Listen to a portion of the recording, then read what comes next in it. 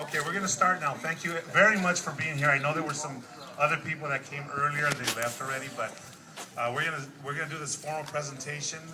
Just so you know, that we were scheduled to do something like this in August, but because of the demolition that has to be expedited because of the new school year that's going to be open, they told us, you know, Mr. Huerta, this is the last window of opportunity that you're going to have to have something like this. So we can't do it in August; it's too late in the year.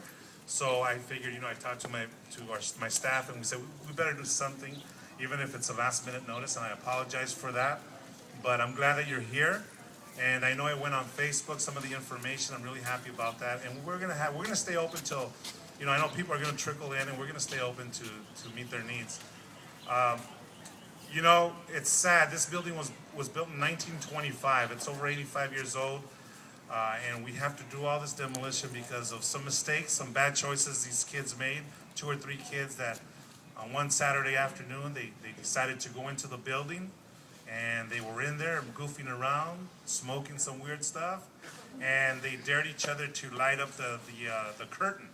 They didn't realize that that curtain was there since the 30s, and it's an old dried up curtain. And when you have cloth that's old and dried up, you put a match to it, that sucker lit up. They didn't expect it to light up as fast as it did, and they got scared and they ran out. They closed the door behind them. Had they left it open, the flames would have gotten out because it was really close to the door, the exit. Somebody would have noticed it, called the fire department, put it out. They closed the door behind them, they ran out, and it started burning internally for about 12 hours. Oh. Nobody knew anything. The community didn't know anything until the roof collapsed about 2 or 3 in the morning, and the flames went up. The community saw that, called the fire department, but it was a little too late by then. So, you know, to restructure everything, it's very expensive. It's not safe. The 2 buildings are attached, so for them to only focus on modifying the auditorium was not a safe thing to do, and it was very expensive to do as well. So what they decided to do would be a lot safer, a lot less expensive, to demolish the main building, the auditorium, and come up with a beautiful building that's coming up very soon. Now the people that are going to construct this building, where they were supposed to bring the model here, we're trying to contact them so they can come over here and show us the model. It's a beautiful model. The building will go up to more or less where the flagpole is at. Yeah. So all this mall area, all this nice landscape will be in the middle, between the brand new main building and the brand new auditorium that's going to be state-of-the-art auditorium to today's standards. State-of-the-art sound system, lighting system. We're going to have a beautiful screen that comes down, nice LCD projector that projects any videos or movies that we want to show. It's going to have access for the community if we want to do something on the weekends where we want to bring some jazz to the community, or we want to bring a band to the community. All that's going to be accessible, kind of like Lincoln High School is. They have a lot of events on the weekends. We've never had that because of the way it's set up, but we're planning to do all that. So I think you're all going to be pleased. I know this is a landmark. I grew up in this community, and I know that it's a landmark for all of us. And just like the Golden Gate down the street, it's sad to see. I heard somebody say that it's going to be a pharmacy. I just can't fathom. I can't fathom that. It's unbelievable. But you will be pleased with the new building. The students were able to vote on the model they liked, and the parents and some of the community people that came back in about 6 months ago that came by to vote on that. So we had input from the community, students and parents, and some of our teachers. So, you know, there's a lot of memories here. I know I started here as a TA. I'm the new, by the way, my name is Mr. Huerta, Jose Huerta. I'm the principal here. I started in March, and it's been a big challenge, one challenge after another since I've been here.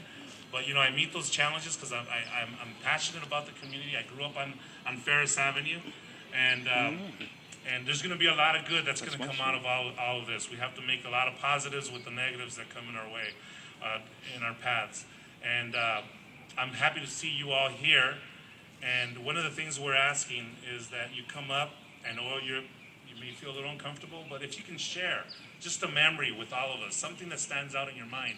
I was out there talking to people earlier, and they were telling me things that they got in trouble. One gentleman was telling me he was he was running late to school one day, and the CIA didn't let him in the school. I go, the CIA? Really? They were a bunch of agents here because Vice President George Bush was here in 80-something, 83, I think, or 84. I don't know the date exactly. Somebody that can correct me. Something like that. And so he came in here, and they didn't let him in because it was, top security. So everybody has a story.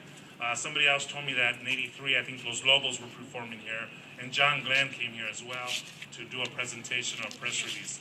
So there's a lot of memories. A lot of famous people came through these doors, walked through these hallways. And it's just a beautiful place. It's a beautiful landmark in East Los Angeles, and we're going to have a new building, but it's going to be nice. And I know there's a lot of sadness in your hearts, but there should be a lot of hope too, because one of the students saw the new model and said, "You know what, sir? Although I am saddened by the building coming down, this new building gives Garfield a university, like a college or university feel to it, and maybe it'll motivate students to go to college." So there's some good things with that. So if you can, just one more thing before we go on with that.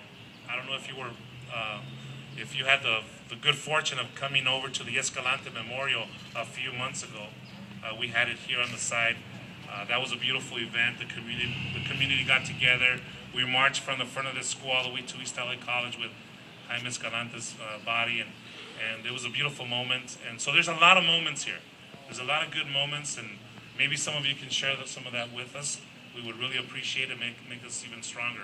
And a little later, for those that have time, because I know you're all busy, we're going to uproot some of these roses that are here, because this is all going to come down. We're going to move these roses out, and we're going to plant them by the football field, by the scoreboard, and so that it could enhance the look of the football field. So if you have time, we have shovels. We have a lot of students here that are going to help us, and you're all welcome to participate with that as well. Okay? So it's all community, and we're really proud to have everybody here. So, Mr. Robles, would you want to start us off with a little memory? This is Mr. Robles. He's a teacher here.